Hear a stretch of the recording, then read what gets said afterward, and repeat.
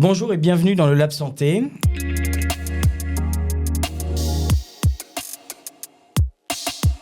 Tout d'abord, qu'est-ce que le Lab Santé ?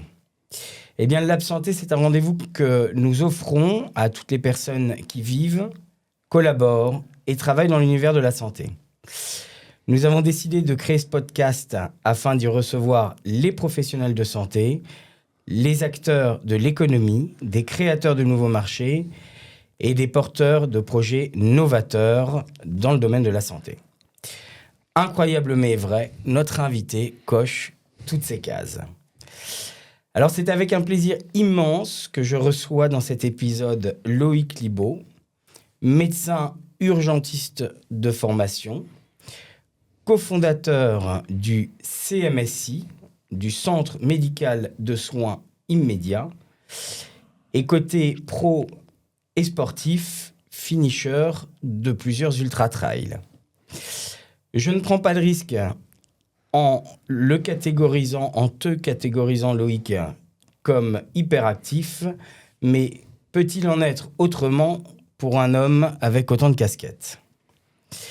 Alors Loïc, est-ce que tu peux te présenter plus en détail, s'il te plaît ? Eh bien, déjà, merci Gaël pour l'invitation et puis merci, c'est un plaisir partagé en tout cas de faire cette émission avec toi. Merci. Tu as déjà un petit peu commencé ma présentation, donc Loïc Libaud, moi je suis médecin urgentiste effectivement de formation. J'ai 47 ans, je suis né en Lorraine, à Thionville, donc un pur produit du Grand Est. J'ai fait ma carrière au CHU de Nancy, la faculté également à Nancy.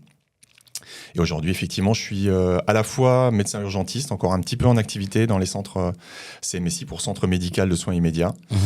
Et surtout sur la partie nationale, le développement des centres et l'accompagnement des équipes médicales et paramédicales sur l'ensemble de la France et le développement de ce projet CMSI sur l'ensemble de la France. Ok. Est-ce que tu peux nous expliquer justement quelle est la genèse du CMSI ? Alors, peut-être d'où vient l'idée, peut-être au départ. L'idée, elle est très simple, elle était devant nous. Et je pense que l'idée, on a tous essayé de la chercher pendant de longues années, puisque au départ, moi, quand j'ai commencé les urgences, c'était... il y avait peu de monde aux urgences. En fait, on avait des journées qui étaient moyennement remplies, des nuits relativement peu remplies. J'étais jeune à l'époque. J'avais 22, 23 ans. Et on s'est rendu compte au fur et à mesure des années que tout ça s'est chargé, la journée de plus en plus et la nuit de plus en plus aussi, puisque la journée a débordé un petit peu sur la nuit. Et on a cherché, on a regardé et on s'est dit mais comment vider ces urgences-là ? Et comment pourrait-on faire pour que on ait moins de charges de travail aux urgences et qu'on puisse à nouveau se concentrer sur les patients les plus graves, parce que les patients les plus graves doivent rester la priorité sur les urgences. On voit qu'il y a quand même une partie importante de patients qui pourraient relever d'un plateau léger. Et comment est venue l'idée ? C'est que je suis passé devant en ski il y a quelques années, devant ce plateau léger, quand j'étais en vacances, en fait, à Val Thorens. D'accord. Je suis passé devant le cabinet médical de montagne et je me suis dit, finalement, tous les blessés qui se passent à la station, tous les gens qui sont malades, qui ont un problème quand ils sont en vacances, ils descendent pas finalement à Moutier et ils descendent encore moins à Grenoble ou à Albertville. En fait, ils sont pris à charge à 80% là dans ce petit cabinet finalement qui est relativement petit, mais dans lequel il y a de la radio, dans lequel il y a des médecins ils sont expérimentés, qui ont l'habitude, qui bien souvent en plus viennent du milieu des urgences. Et finalement ne descend à Moutier que 19% et ne sont élitreuillés à Grenoble que 1% des accidents graves. Et donc, l'idée, c'est d'appliquer ce schéma-là de cabinet de montagne à la ville, en rempart, en fait, des services d'urgence, et de se dire, on peut prendre ces patients-là, ces patients légers, et aujourd'hui, on sait qu'il y a 50-60%, tout dépend si on est dans un territoire plus rural ou plus urbain, de patients qui pourraient être pris en charge sur ces petits cabinets.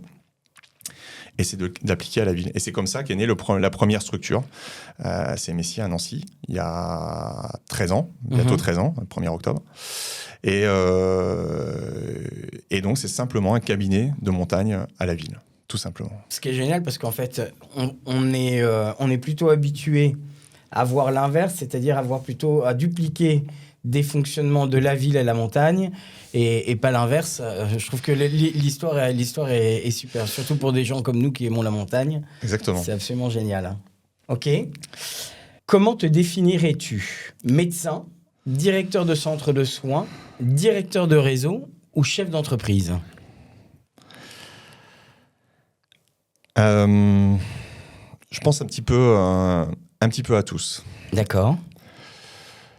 Pourquoi ? Parce que la formation initiale, elle vient de la médecine. Mhm. Et donc, forcément, j'essaye de faire toutes mes activités avec la même bienveillance et la même façon de travailler que je travaille en tant que médecin. Mhm. J'essaye d'avoir de l'écoute pour les collaborateurs. J'essaye d'avoir de la proximité avec mes collaborateurs, comme je l'ai avec mes patients. Et donc, c'est un petit peu un mélange de tout ça. Et pour autant, j'aime en fait les activités diverses et j'aime varier mes activités. Mhm. Je ne veux pas dire que la médecine ne me suffisait pas, d'autant plus que la médecine d'urgence est une médecine peut-être la plus riche qu'on puisse avoir, puisque ça touche à toutes les spécialités. Sûr. Et donc, on était sur quelque chose qui est très divers. Ça va de l'enfant qui est malade avec une petite pathologie au polytraumatisé. Donc, on est vraiment on touche tous les milieux. Mais en tout cas, il y avait quelque chose dans le monde du développement, de l'organisation, du management, de l'accompagnement qui était intéressante. Et puis c'est l'histoire du centre, c'est-à-dire qu'au début, on commence avec un centre de médecins et d'infirmiers, petit centre dans 64 mètres carrés, il y a 13 ans. Et puis, le besoin, il est là pour la population. La population, elle est en demande de ce type d'activité pour éviter les urgences. Et donc, l'activité, elle grandit. Et donc, par nécessité, je te dirais qu'on est obligé de passer à une étape supérieure, d'être en capacité de manager une équipe, d'embaucher, de devenir employeur, de trouver des solutions. Et finalement, trouver des solutions, c'est être entrepreneur. C'est ça l'entreprise, c'est trouver des solutions à l'ensemble de ses collaborateurs. Donc, voilà, je pense que ce que j'aime bien, en fait, c'est trouver les solutions. Je pense que c'est ça le vrai fil conducteur sur l'ensemble, que ce soit dans la création d'entreprise et la gestion d'entreprise, tout comme dans la médecine d'urgence où il fallait trouver les solutions rapidement aux patients, en fait. Voilà. Je pense que c'est ça le fil conducteur. Donc, je suis un petit peu dans toutes les cases aujourd'hui. Est-ce qu'il y en a une qui me plaît le plus ou qui me définit le plus ? Je pense que non, c'est la somme de tout qui me définit, je pense, aujourd'hui. Voilà, plutôt. Et à date, le CMSI, vous avez ouvert combien de centres et combien de collaborateurs avez-vous ? Est-ce que tu peux nous faire un topo sur un état des lieux un petit peu de la situation ? Aujourd'hui, on a 30 centres qui sont opérationnels en France. D'accord. Ça représente à peu près 500-600 collaborateurs, médecins, infirmiers, personnel administratif sur l'ensemble de la France. Tous animés par la même envie, et c'est d'ailleurs comme ça qu'on les choisit. On reviendra peut-être là-dessus après, mais c'est qu'on les choisit. C'est animé par l'envie de proposer quelque chose de nouveau à la médecine, une nouvelle organisation à la médecine. Nous, au-delà du concept de ce qu'on fait tous les jours en tant que médecin, c'est plus l'organisationnel qui nous intéresse parce que quand on veut apporter quelque chose de nouveau dans un système ou former un médecin, développer des nouvelles choses, on sait qu'un médecin met 10 ans à sortir, à partir du moment où il rentre à la faculté et à sort, on est avec effectif équivalent pendant une quinzaine d'années. Et donc, comment on fait pour apporter quelque chose de nouveau à effectif équivalent ? Ça ne passe que par l'organisation. Et ce qui nous intéresse aujourd'hui, nous, dans le groupe, principalement, c'est de réorganiser les choses et de proposer une organisation nouvelle au schéma actuel qu'on connaissait avec la médecine générale d'un côté, les urgences, et toujours un petit peu cette petite rivalité entre la médecine générale et les urgences. Trianguler cette relation-là et je trouve très intéressante pour tout le monde, pour les urgentistes, pour les médecins généralistes et surtout pour le patient, puisque c'est ça qu'on met au cœur de notre action aujourd'hui. Quel est le modèle économique en fait du CMSI ? Alors les CMSI, c'est simple, c'est des cabinets qui sont qui appartiennent aux médecins et aux infirmiers. D'accord. Voilà, à 100%. Donc, c'est de la médecine française, fait par des équipes françaises et qui revient à la médecine française. C'est-à-dire qu'il n'y a pas de financiarisation, il n'y a pas de choses comme ça, il n'y a aucun actionnariat extérieur que les médecins et les infirmiers qui travaillent dans les centres. Et ça, c'est un élément très, très important pour nous. Pourquoi ? Parce que le souhait était qu'il n'y ait pas une partie qui parte à des capitaux, à des fonds de pension, à des actionnaires ou des choses comme ça. C'est qu'on puisse réinvestir dans notre propre médecine locale et que donc chaque cabinet puisse réinvestir ce qu'il a gagné dans sa productivité pour pouvoir grandir, pour pouvoir croître et pour pouvoir être libre en fait de ses activités. Donc chaque structure est indépendante. D'accord. Appartient à 100% à ses médecins et à ses infirmiers. Et ensuite, on a une structure qui est une structure de coordination qui s'appelle CMSI France, qui est une structure qui fait du conseil et qui intervient aux besoins de chaque centre pour les aider à développer, à recruter, à faire du management, à accompagner ses salariés, à tester de nouvelles façons de faire dans l'organisationnel ou dans l'architecture des centres. Voilà. Et donc là, on a une équipe d'une dizaine de personnes qui travaillent sur l'ensemble des projets nationaux et qui travaillent à la demande de chacun des centres. Mais vraiment, l'important pour nous, c'était vraiment que chaque centre soit libre de son développement et appartienne à 100% au personnel qui travaille dedans. Ça, c'est hyper important. C'est... De ma connaissance, je crois que c'est le seul réseau qui fonctionne comme ça. Oui, hein ouais. Okay. C'est le seul collectif aujourd'hui, en tout cas en France, qui fonctionne de cette façon-là. C'est certainement le même, en tout cas sur ce qu'on a pu benchmarker ailleurs en Europe, en tout cas c'est la seule façon de faire. Ça nécessite évidemment une confiance et un respect mutuel entre toutes les équipes. Bien sûr. Toutes les équipes, puisque on est tous porteurs d'une même image, voilà, et cette image-là, c'est une image d'identification. C'est que les patients puissent savoir que dans un centre de ce type-là, on peut faire ça. Comme on sait que dans un centre de montagne, on est capable de te faire une radio si tu tombes en ski, on sait que les centres, là, on peut faire ce type de prise en charge-là. Donc, on est tous porteurs d'une même image, d'une même identification. Et donc, comme il n'y a pas comme c'est pas pyramidal et que c'est pas sous l'autorité d'une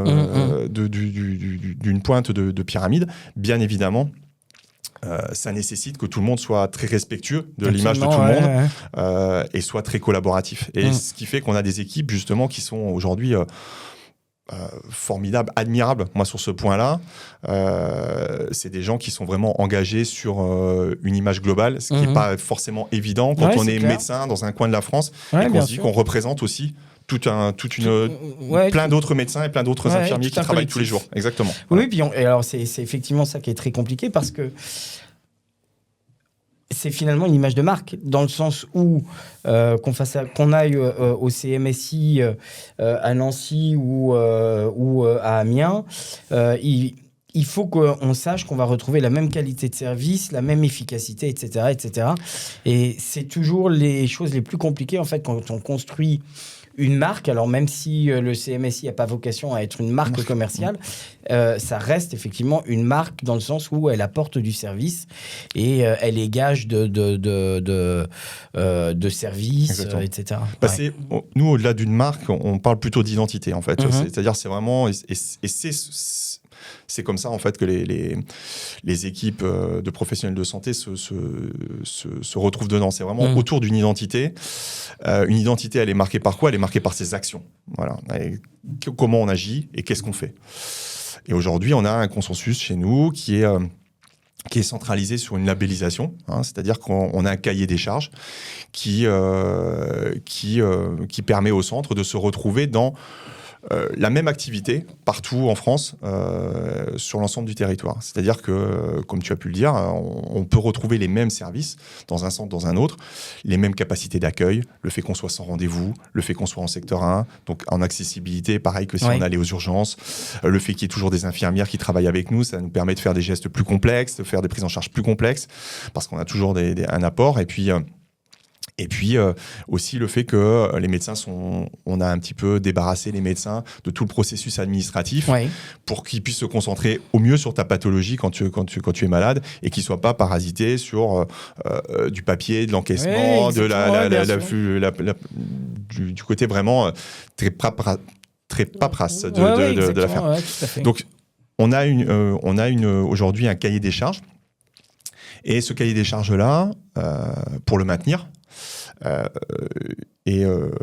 confiance n'évacue pas la vérification. On va voir les centres 2 fois par an pour vérifier que ce cahier des charges il est toujours en place et qu'on dérive pas et qu'on reste vraiment sur notre activité, notre cœur d'activité. Pourquoi ? Parce que aujourd'hui, ces centres, ils sont connus pour faire aujourd'hui du soin non programmé exclusif.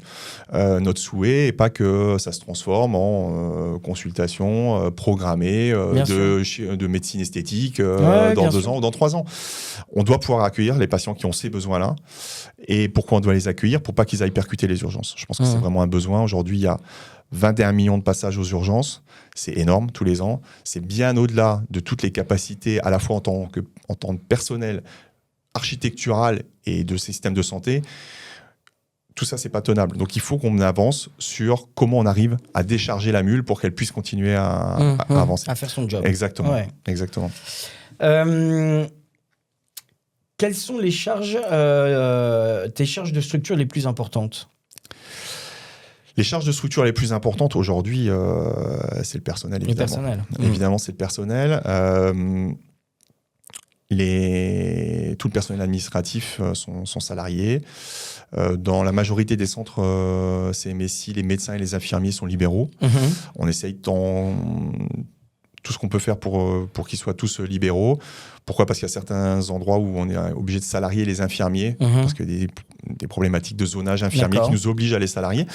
Mais en tout cas, je trouve que le modèle libéral, moi, est le meilleur modèle aujourd'hui. Pourquoi il est le meilleur modèle ?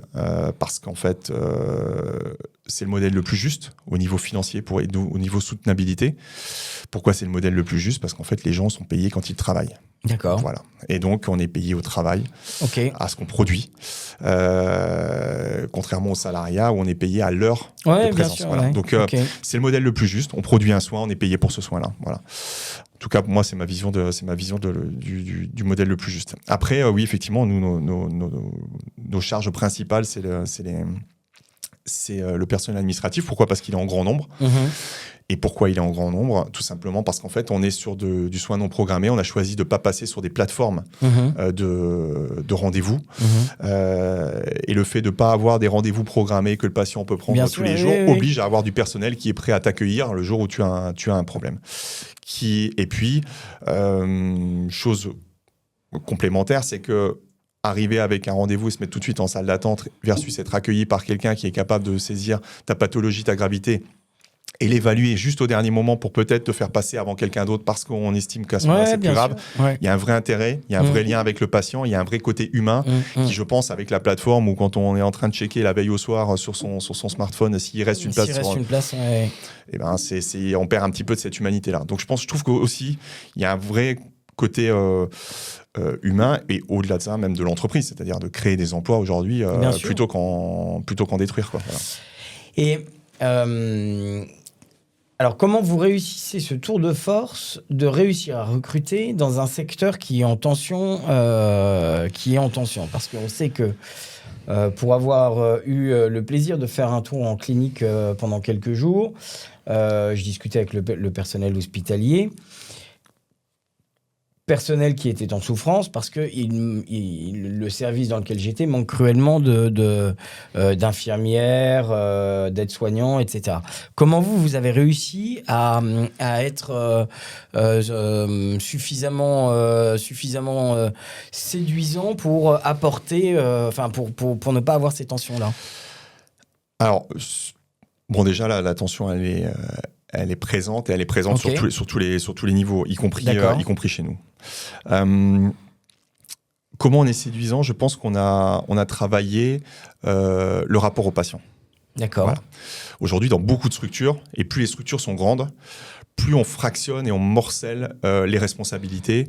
Et donc, forcément, c'est pas ma faute, c'est la faute du directeur, c'est pas ma faute, c'est la faute du médecin, c'est pas ma faute, c'est la faute de l'infirmière, c'est celle du brancardier qui est pas venu à l'heure. Et donc, on a toujours ce morcellement en fait de responsabilité. Aujourd'hui, nous, on a construit les centres vraiment autour du patient. C'est-à-dire que c'est le patient, le cœur du réacteur. C'est pour lui qu'on travaille, c'est pour lui qu'on se lève, c'est pour lui qu'on soigne, et c'est pour lui qu'on monte ces projets-là. Et en se focalisant sur autre chose que nos propres problèmes en tant que professionnels de santé, mais en se focalisant uniquement sur le problème du patient, ça gomme beaucoup de problématiques internes à une unité. Et ce qui fait qu'on pousse tous vers la même chose. Et ça devient un projet entrepreneurial, même si c'est médical, ça devient un projet entrepreneurial dans le sens faire, entreprendre. Et donc ça motive les équipes. Aujourd'hui, je pense qu'il y a vraiment, pour avoir échangé avec des centaines d'infirmiers, de médecins partout en France, c'est le problème de décentrage par rapport aux patients. Et donc, on en parle souvent, on entend souvent cette chose-là, c'est la perte de sens du travail. Mais pourquoi la perte de sens ? Parce que perte d'objectif, finalement. Et notre objectif numéro 1 quand on est soignant, quand on fait ces études-là, quand on commence, c'est de soigner, c'est d'apporter du soin, c'est de changer des situations, les transformer, les améliorer. Et quand on n'a plus le sentiment tous les jours qu'on améliore cette situation-là, bien évidemment, l'engagement, il diminue. Et quand il y a un engagement global qui diminue dans un service, à tous les niveaux, l'engagement du service diminue. Et donc, l'objectif disparaît. Et pourquoi venir travailler pour un objectif qui a disparu ? Donc, on essaye toujours de recentrer sur l'objectif. Le patient est au cœur de nos discussions, au cœur de nos structurations. Au cœur de nos discussions les plus intimes d'associés pour dire comment on va changer, est-ce qu'architecturellement ils seront mieux comme ça ou ils seront pas mieux pris en charge comme ça, comment on propose quelque chose de nouveau à chaque fois, comment on se modernise.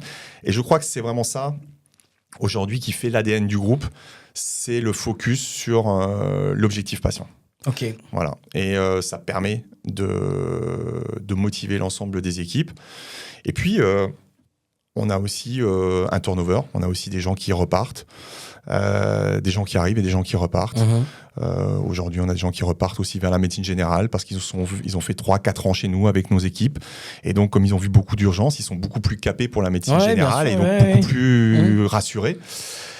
On a des gens qui repartent pour faire d'autres activités, de la rééducation, parce que les activités de soins non programmés ou d'urgence, c'est intense. Tous les matins, on ne sait pas à quelle sauce on va être mangé, avec des gros flux.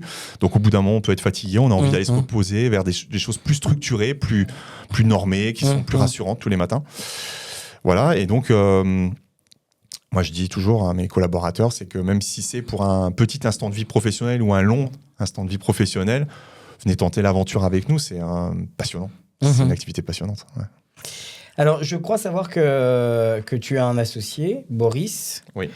Comment vous répartissez les différentes missions, les différentes tâches ? C'est toujours intéressant pour les entrepreneurs ou même pour les professions libérales de réussir à comprendre et de partager en fait cette expérience, parce je crois que c'est une des clés de la réussite. Alors, en tout cas, déjà, l'association, je suis absolument convaincu que c'est toujours merveilleux de pouvoir travailler en équipe. Mais réussir à travailler en équipe et avoir et bien dessiner le qui fait quoi, c'est une des clés de la réussite. Comment vous vous organisez avec Boris ? Peut-être, si tu as 5 minutes à m'accorder là-dessus, peut-être comment Boris est arrivé dans l'aventure, peut-être. Ouais, volontiers. Et ce qui expliquera peut-être la façon dont on se répartit les choses. Le premier CMSI se monte il y a 13 ans. On monte quelques centres en Lorraine. L'équipe grandit et on arrive à faire quelques centres en Lorraine. Et puis, l'activité fait un peu d'écho au sein de la médecine d'urgence et d'autres médecine générale.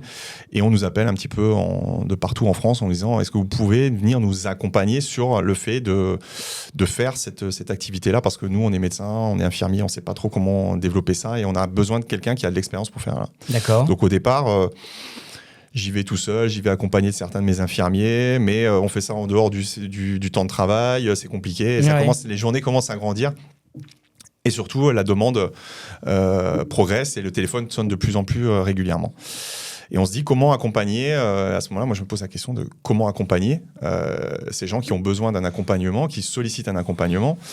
de manière qualitative et poursuivre cet accompagnement-là et pouvoir répondre aux sollicitations. Boris travaille en milieu bancaire à ce moment-là, il travaille dans la banque où sont hébergés les comptes du CMSI.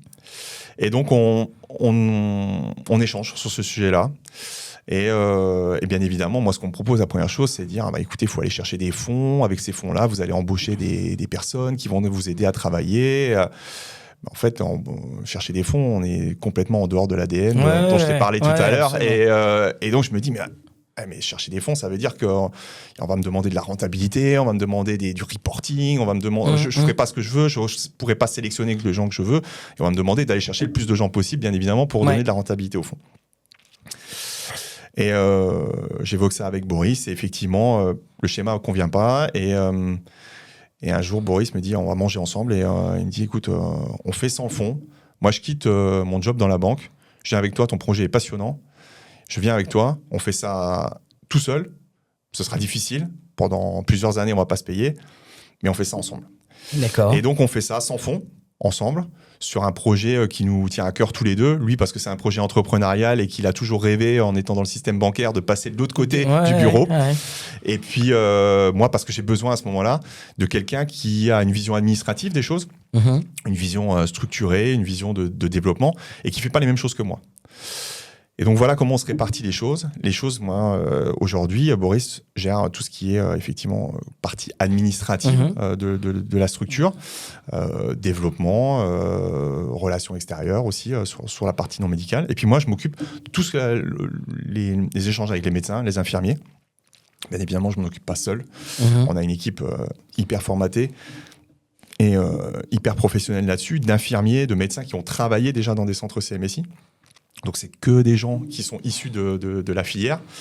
Et Boris est aujourd'hui le seul non-médecin dans l'affaire. Okay. Et pourquoi ? Parce que quand on a des projets de cabinets qui avancent, on est obligé de considérer la non-médecine à côté parce qu'on devient employeur, bien sûr, oui, tout à fait.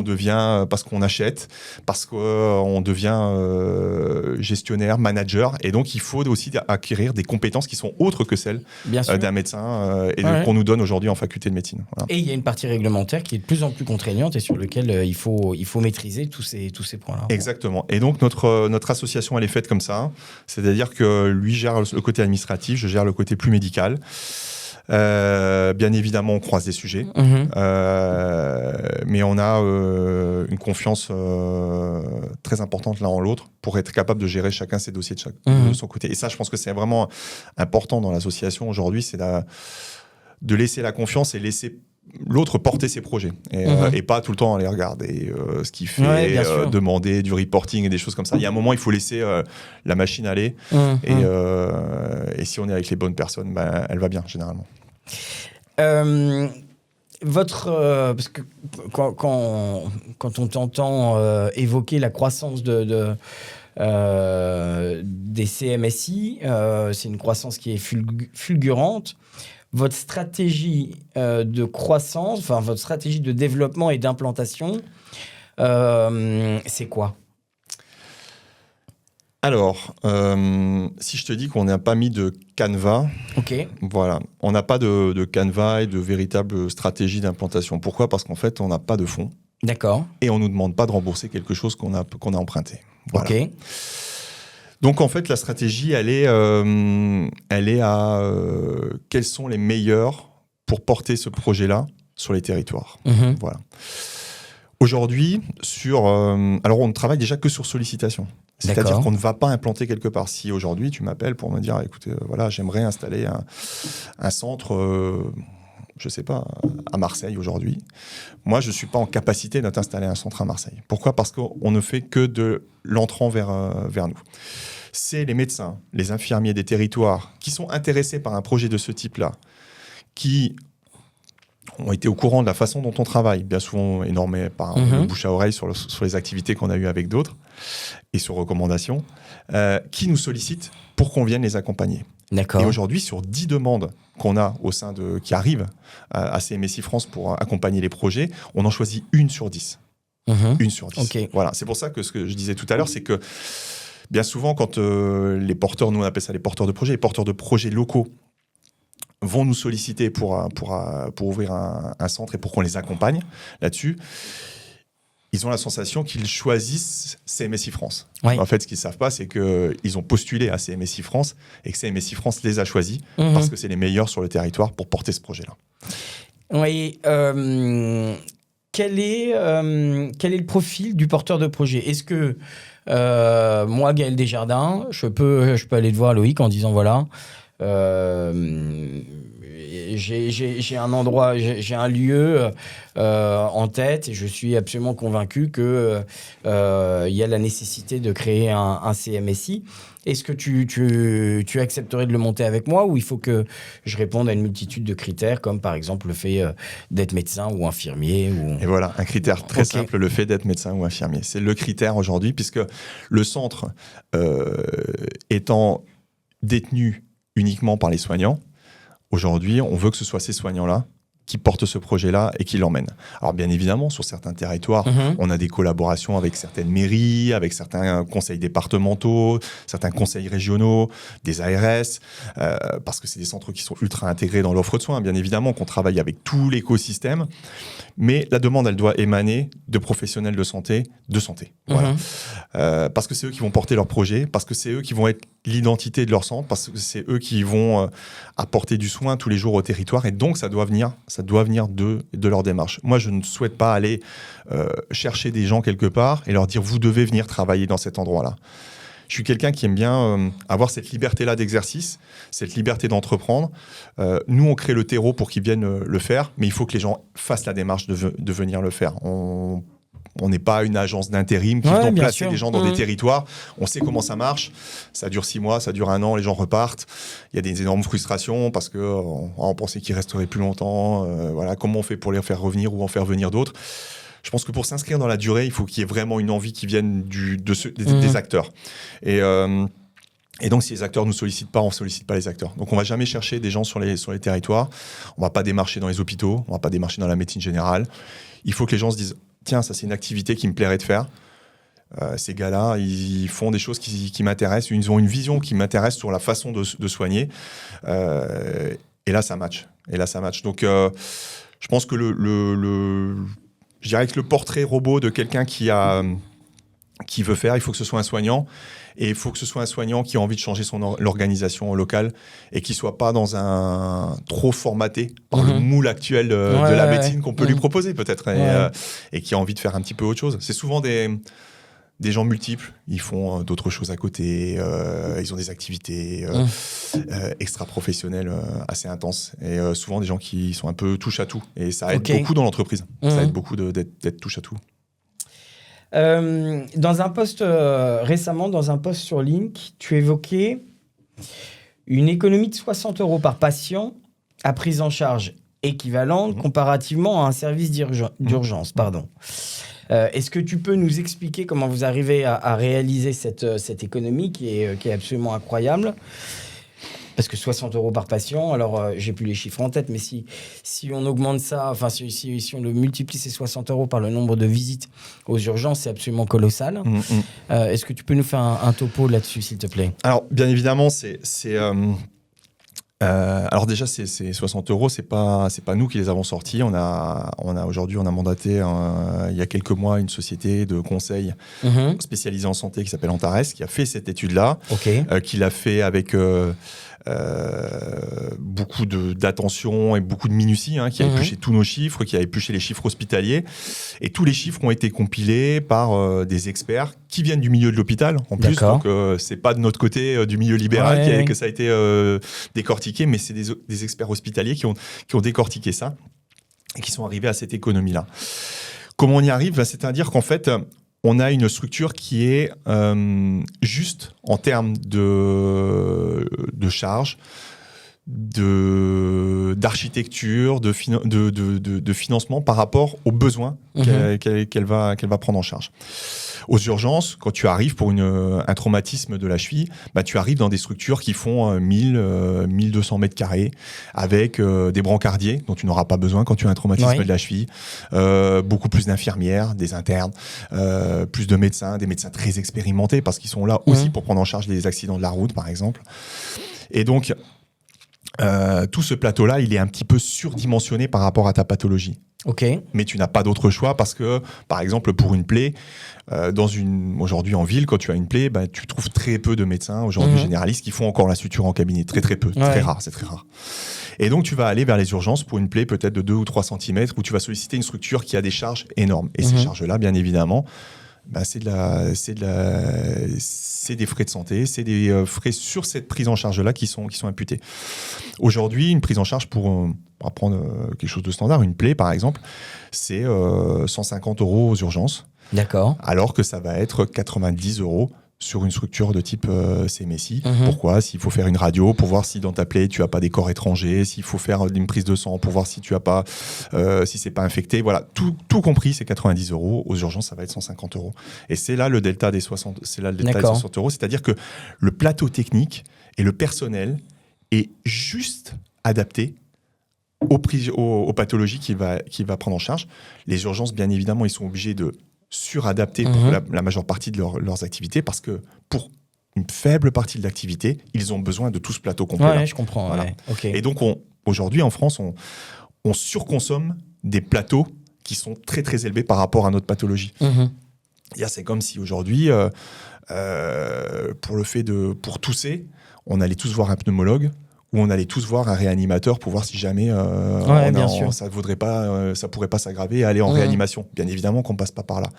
Donc je pense que pour les soins urgents, il est vraiment très important et c'est une urgence de le faire, de revenir à une normalisation de la consommation de soins, parce que c'est une consommation de soins, parce qu'il y a un financeur derrière ça, une consommation de soins et une normalisation pour que le patient ait un plateau technique adapté à sa pathologie. C'est pas la peine d'avoir un scanner pour un entorse de la cheville, c'est pas la peine d'avoir une IRM non plus tout de suite. On verra, il y en aura peut-être certains qui auront besoin de l'IRM plus tard, mais pas en première intention. Et c'est pas la peine, par exemple, d'avoir des structures qui soient ouvertes 24 heures sur 24. Aujourd'hui, nous, on fait du soin non programmé. Le soin non programmé, la nuit, il a peu d'intérêt. Aujourd'hui, si tu te fais une entorse de la cheville en jouant au tennis à 23h, tu peux très bien attendre le lendemain pour te faire soigner. Et donc, quelle est la nécessité de faire des soins la nuit qui sont beaucoup plus coûteux, coûteux à la fois au niveau financier et en termes d'usure du personnel, alors que ça pourrait très bien attendre le lendemain matin à 8h si on a une structure qui est adaptée.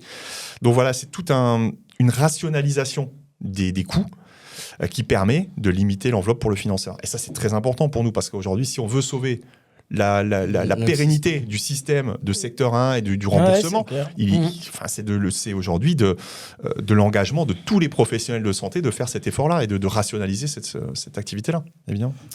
Donc, le mois de mars a été marqué notamment par la présentation de cette étude médico-économique auprès de l'Assemblée nationale. Ça doit être une expérience absolument incroyable d'aller présenter cette étude-là. Est-ce que tu peux nous expliquer comment ça se passe, quelles ont été leurs réactions par rapport à ça ? Alors, leur réaction, elle est... alors, bien évidemment, c'est toujours impressionnant parce que c'est quand même... Aujourd'hui, l'Assemblée nationale, ça représente le peuple. Et ça représente le peuple français. Tout à fait. C'est quand même les élus du peuple. Et nous, on était quand même très intéressés par recueillir leurs besoins et leurs envies. Et c'est là qu'on voit qu'il y a une urgence à faire quelque chose et à organiser. Pourquoi ? Parce que la demande, au-delà de ça, ça a été de dire ok, mais comment on fait pour mettre ça chez nous ? Comment on fait pour avoir ça chez nous ? Comment on fait pour pouvoir désengorger nos urgences ? Et nous, est-ce qu'on peut le faire ? Est-ce qu'on peut pas le faire ? Et là, peut-être une petite frustration, c'est-à-dire qu'aujourd'hui, j'ai pu te le dire juste avant, l'élu, s'il n'a pas quelqu'un sur le territoire qui a envie de porter ce projet-là, un médecin ou une infirmière, c'est pas l'élu qui va pouvoir le porter tout seul. Et l'élu qui le porte tout seul, qu'est-ce qu'il va faire ? Il va créer des centres de santé, peut-être salariés, qui vont apporter un certain confort aux médecins. Mais un centre de santé salarié où le médecin travaille 35 heures dans son centre de santé salarié, c'est pas pareil qu'un médecin libéral qui va produire 50 ou 60 heures de travail par jour, par semaine, et encore moins un ancien médecin généraliste qui travaillait peut-être 90 heures en travaillant en bas de chez lui, et voilà. Donc on est quand même sur un modèle qui tout doucement fait diminuer le nombre d'heures de travail des équipes médicales. Et donc les députés, leur demande, c'est comment on peut faire pour multiplier ces initiatives-là, comment on peut l'avoir sur notre territoire. Et ça a été presque des demandes, je dirais presque très personnelles, du député, du cri du peuple. C'est mais on a besoin de médecins sur nos territoires. Ouais. Ce qui correspond bien avec toutes les lois qui sont actuellement en train d'être tentées d'être votées, en tout cas sur la régularisation de la médecine. Mais voilà, je pense qu'il y a un vrai besoin local d'avoir des médecins, d'avoir des structures de premier recours, parce que on ne peut pas faire 100 km pour aller se faire soigner en urgence. Tout le monde n'a pas un véhicule, tout le monde n'a pas ces moyens-là. On parle de personnes âgées, on parle du soin à domicile, on parle de plein de choses. Et donc je crois que c'était vraiment pour eux aussi une note peut-être aussi d'espoir, de se dire que oui, peut-être, il y a des gens sur les territoires qui cherchent des solutions, des professionnels qui cherchent des solutions. Et on a beaucoup échangé sur les possibilités d'appliquer ces solutions-là, quoi. Et quelle est la perception des urgences par la multiplication de ce type de centres de soins ? Parce que on connaît les Français, on n'est pas spécialement, enfin les Français n'aiment pas trop le changement.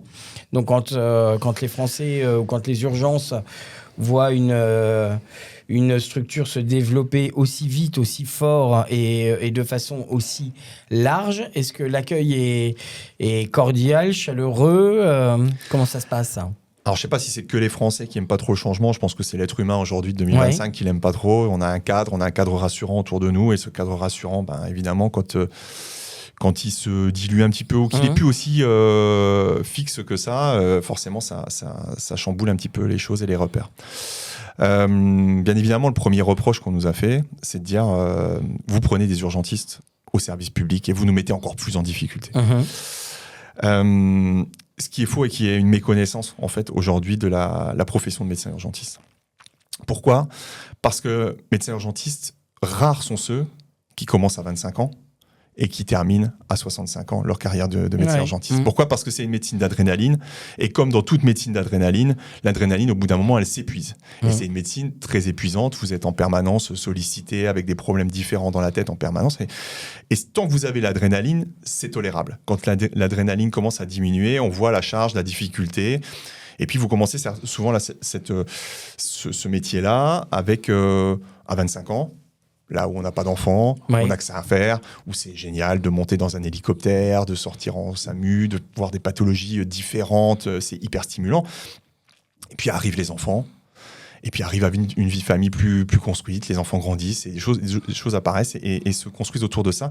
Et donc, devient de plus en plus dur de cumuler une vie émotionnelle d'adrénaline avec une vie personnelle. Donc, les médecins urgentistes cherchent, à un moment ou à un autre, à avoir une seconde partie de vie, une seconde partie de carrière. Pour preuve, en DU de médecine esthétique, en DU de médecine du sport, toutes ces spécialités-là qui sont des médecines un peu moins contraignantes en termes d'horaire, c'est les médecins urgentistes qui représentent la majorité des inscrits. Pourquoi ? Parce qu'ils cherchent une porte de sortie aux 10 ans, 15 ans, 20 ans d'urgence qu'ils vont pouvoir faire. Et donc, on sait qu'ils vont se recycler à un moment. Et nous, l'idée, c'est de se dire, s'ils se recyclent et qu'ils partent dans la médecine esthétique, qu'ils partent dans la médecine du sport, et je néglige absolument pas ces spécialités-là, c'est juste qu'ils sortent du cursus de là où ils sont le meilleur. Et quand est-ce qu'ils sortent ? Ils sortent à 35 ans, à 40 ans, là où peut-être ils sont le plus formés et le meilleur dans leur spécialité.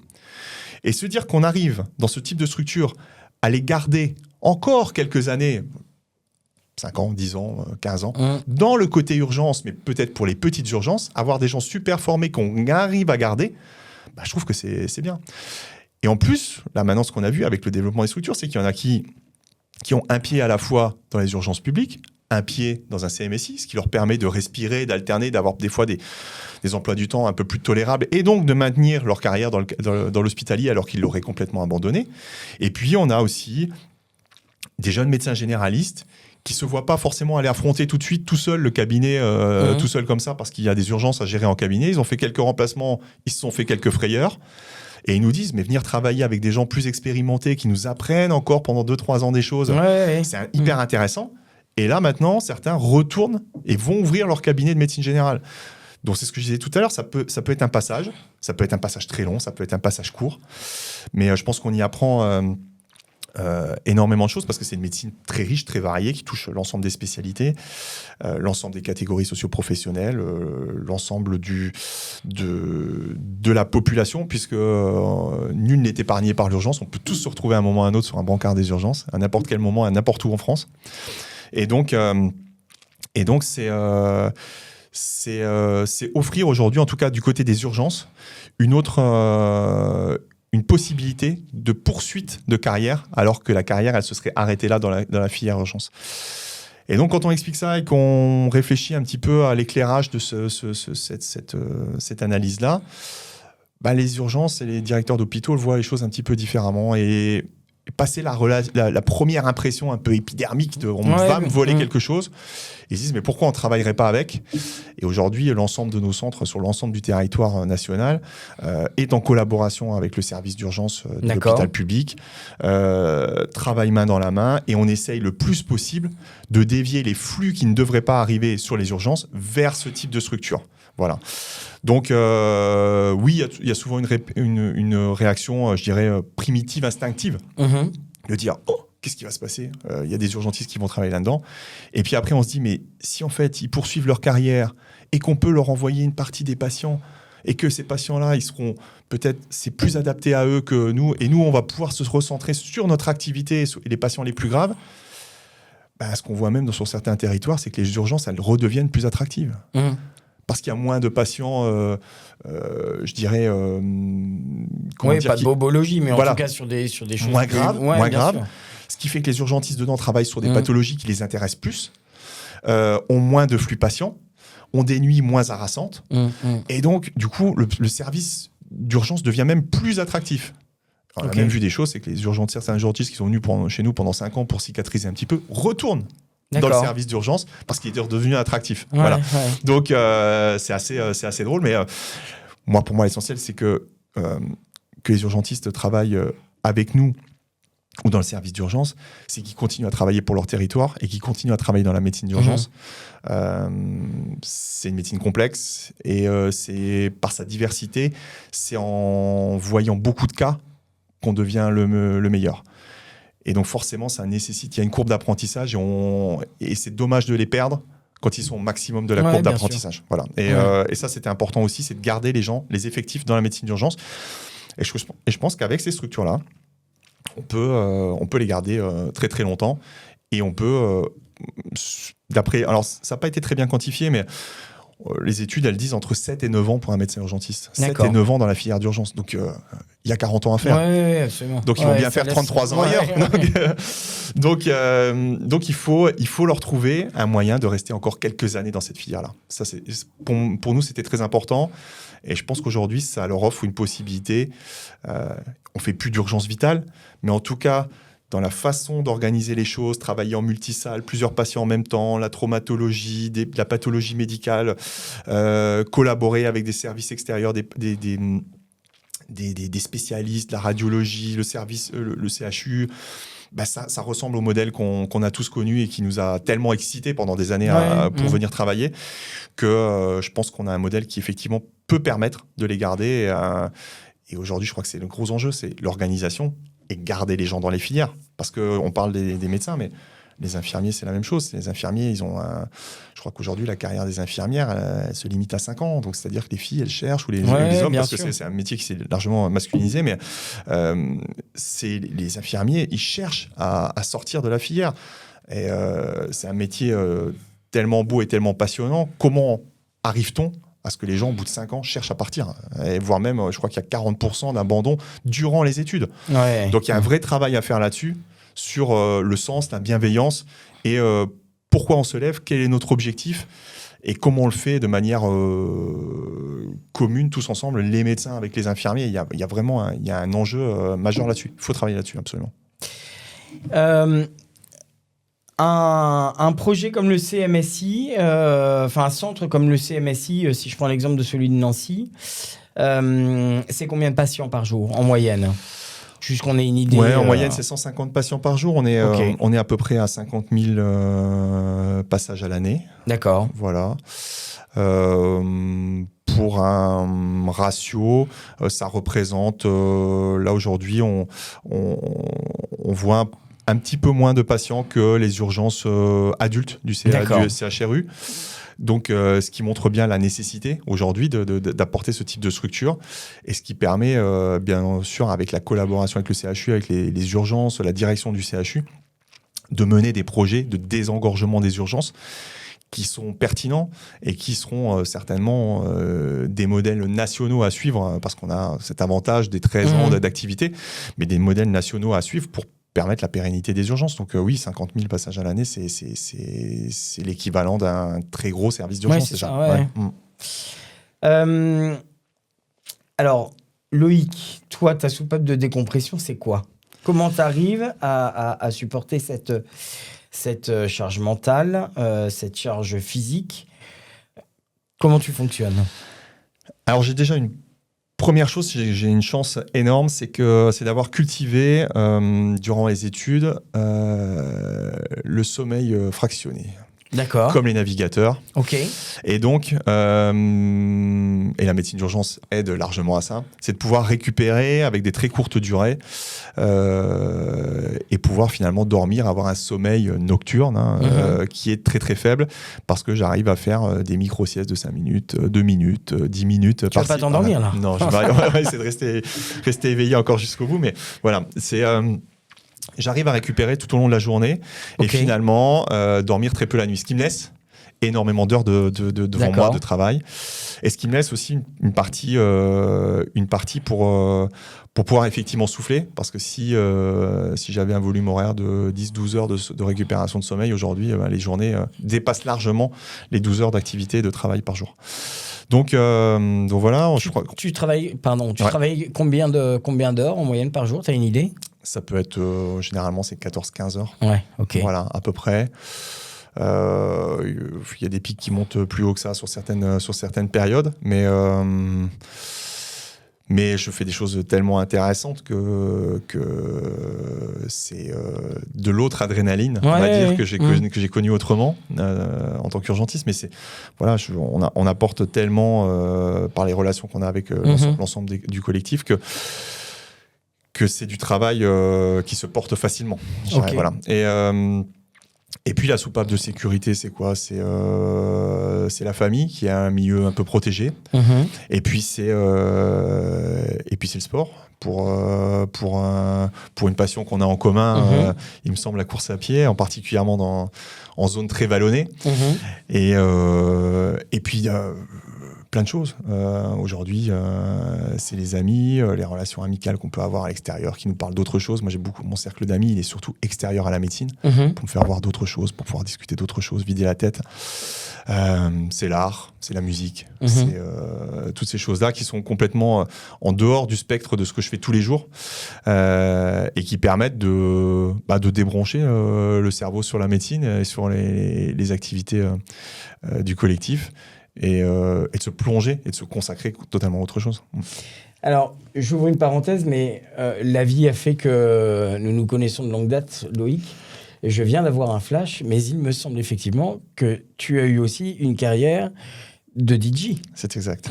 C'est exact. Je ne l'ai pas mentionné, mais... que peu connaissent, effectivement. Que peu connaissent. C'est comme ça que j'ai financé une partie de mes études de médecine.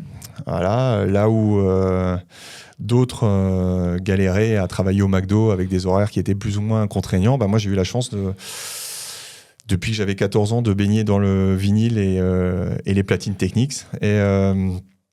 Et donc, de pouvoir faire ça quand j'étais externe, interne, jusqu'au point où même à un moment, ça marchait pas si mal, se poser la question de est-ce que c'est pas être DJ ou est-ce que c'est pas être médecin ? Et donc voilà, ça m'a permis de développer beaucoup de choses aussi extérieures. Bon, aujourd'hui, je me nourris aussi. Et la musique fait partie aussi pour moi de choses très importantes qui me permettent de me ressourcer, de me retrouver. Et oui, effectivement, ça fait partie de la jeunesse et des activités qui m'ont permis, je pense, à mon avis, d'arriver là aujourd'hui où on est, parce que tout fait partie du puzzle. Ouais, tout à fait. Alors, tes objectifs, tes projets sportifs futurs, quels sont-ils ? Alors, les projets sportifs futurs, très bientôt, fin du mois de mai. En Alsace, à Aubernais, 120 km sur l'UTMB Alsace.